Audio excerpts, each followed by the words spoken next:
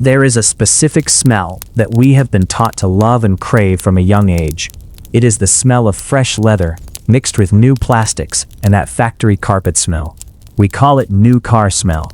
For most people, that smell means success. It means you have made it in life. It means you can walk into a showroom, sign some papers, and drive away in a shiny new machine that turns heads on the road. But if you look at it through the eyes of someone who understands money and how compound interest really works, that smell is actually the scent of money burning in real time. It is a factory fresh signal that you have just made one of the worst financial mistakes you can make as a working person. We worry so much about small things like spending $5 on coffee every day. We stress about canceling a streaming service that costs $10 a month. But then without thinking twice, we walk into a car dealership and agree to pay $700, $800, even $1,000 every single month for the next 6 or 7 years. We act like this is totally normal. We tell ourselves that everyone has a car payment and that it is just part of adult life. But that phrase, "it is just part of life," is a lie that keeps regular people stuck and struggling forever. The car payment is not just another bill. It is a machine that takes your future wealth and hands it over to car companies and banks in huge chunks. My name is Cujo, and I spend way too much time thinking about why people with good incomes still feel broke all the time. If you drive a nice car, but feel sick to your stomach every time that monthly payment hits your bank account, or if you are thinking about getting a new car because you feel like you deserve it, then make sure to hit that subscribe button and give this video a thumbs up. Today we are going to break down the ugly truth about the American obsession with cars. We are going to look at what cars really cost over time, how the math on long loans is designed to track you, and why driving a new car might be stealing millions of dollars from your future self. I am going to show you the numbers that prove your $50,000 truck is not really costing you $50,000. It's actually costing you close to $2 million in lost freedom and security. Here is the main problem with how we think about cars. We treat them like they are assets. We put them on our list of things we own and say, "I have a $50,000 car." But a car is not an asset. A real asset puts money into your pocket every month. A liability takes money out of your pocket every month. A car is a liability that loses value faster than almost anything else you can buy. It is a consumer product just like a sofa or a television, except it costs as much as a house used to cost. And it constantly needs more money spent on it. The second you drive that new car off the dealership lot, you fall off a cliff in terms of value. You lose 10 to 20% of what you paid in the first minute of ownership. Imagine buying a stock for $50,000 and then checking your phone 60 seconds later to see it is now worth $40,000. You would feel sick. You would panic and sell immediately. You would swear never to invest again. But with a car, we do this to ourselves on purpose every few years. We take pictures of the loss and post them online like it is something to be proud of. The way dealerships sell cars is designed to hide this destruction from you, using a simple trick. When you sit down in that small office, the finance person does not want to talk about the actual price of the car. They do not want to talk about the interest rate you are getting. They only want to talk about one thing, and that is the monthly payment. They will ask you what payment feels comfortable for you, and that is the trap. By focusing only on what you can pay each month, they can stretch out the loan longer and longer to make any expensive car fit into your budget. This is why we now see car loans that last 7 years or even 8 years. They take a $60,000 truck that you clearly cannot afford and stretch the payments out over almost a decade. Suddenly it looks affordable at $850 a month, but you are not really paying for the car. You are paying mostly interest, and you will still be making payments when that truck is old and worn out and falling apart. Now you might be thinking that you need a reliable car, and you cannot drive some junker that breaks down on the way to work, and I hear you. I am not going to tell you to ride a bike in the snow or take a 3-hour bus. 25% loss in the first year. You get to buy the same basic car with modern safety features and plenty of life left for literally tens of thousands of dollars less. On average, a 3-year-old used car costs about 32% less than the same model new. On a $48,000 new car, that means you save over $15,000 for what is basically the same thing.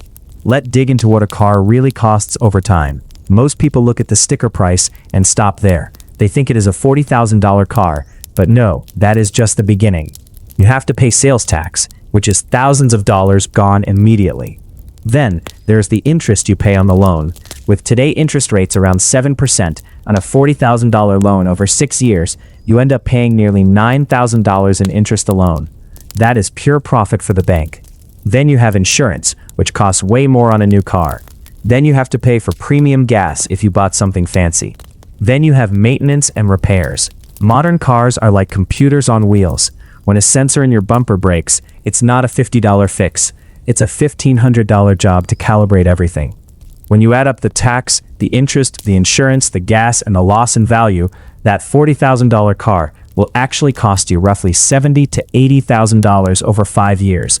And at the end of those 5 years, the car is worth about $16,000. You spent $80,000 to own something worth $15,000. You basically set $65,000 on fire. That is $13,000 a year after taxes just to move your body from one place to another.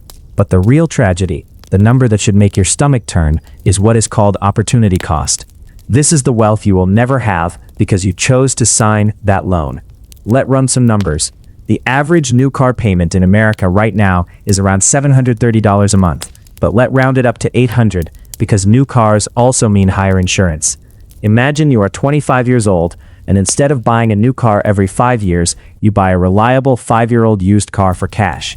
And you take that $800 you wouldn't have spent on payments and invest it in the stock market. You do this for your whole working life, from age 25 to age 65.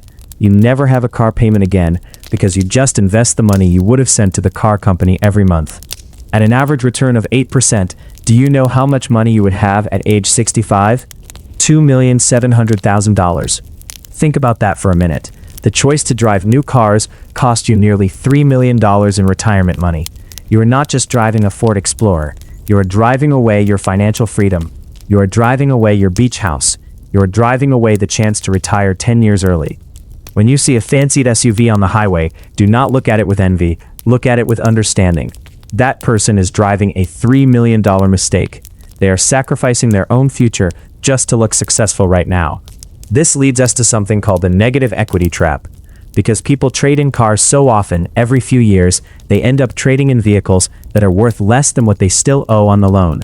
This creates a snowball. You owe $30,000 on a car worth $25,000. You trade it in, and the dealer rolls that $5,000 of extra debt into your new loan. Now you are paying interest on your new car and on your old car at the same time. Some people end up driving a regular Honda Civic, but paying $1,200 a month because they are still paying for the Civic, the car they had before it, and the car they had before that. They carry the ghost of every bad decision they ever made in the trunk with them. Something that could be destroyed in. Payment is no more than 8% of what you earn. If you run those numbers on a $60,000 truck, you will quickly see that you cannot afford it.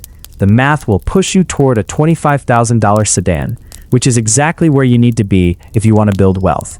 Most people are putting nothing down, financing for 7 years, and spending 15% of their income on a car. They are guaranteeing that they will never be able to retire. This takes a huge shift in how you see yourself. You have to be okay with being the person in the office parking lot with the older car. You have to be willing to sit out of the competition. But you also have to realize that the person in the brand new Mercedes next to you is probably broke. They are stressed out. They are one bad week away from losing everything. You and your 5-year-old Toyota are actually free. You have money in the bank. You have peace of mind. Cars are tools. They are appliances. They are not investments. They are not an extension of who you are as a person. They are boxes of metal and glass that burn through your money. Stop loving your car and start loving your freedom. Stop loving the smell of a new car and start loving the feeling of watching your savings grow. The next time you think about upgrading, run the numbers and ask yourself if that shiny metal box is really worth $2 million of your future. The answer will always be no. If this video made you think twice about going to the dealership, share it with a friend who is about to sign a lease. Help them avoid the trap. Thanks for watching, and I'll see you in the next one.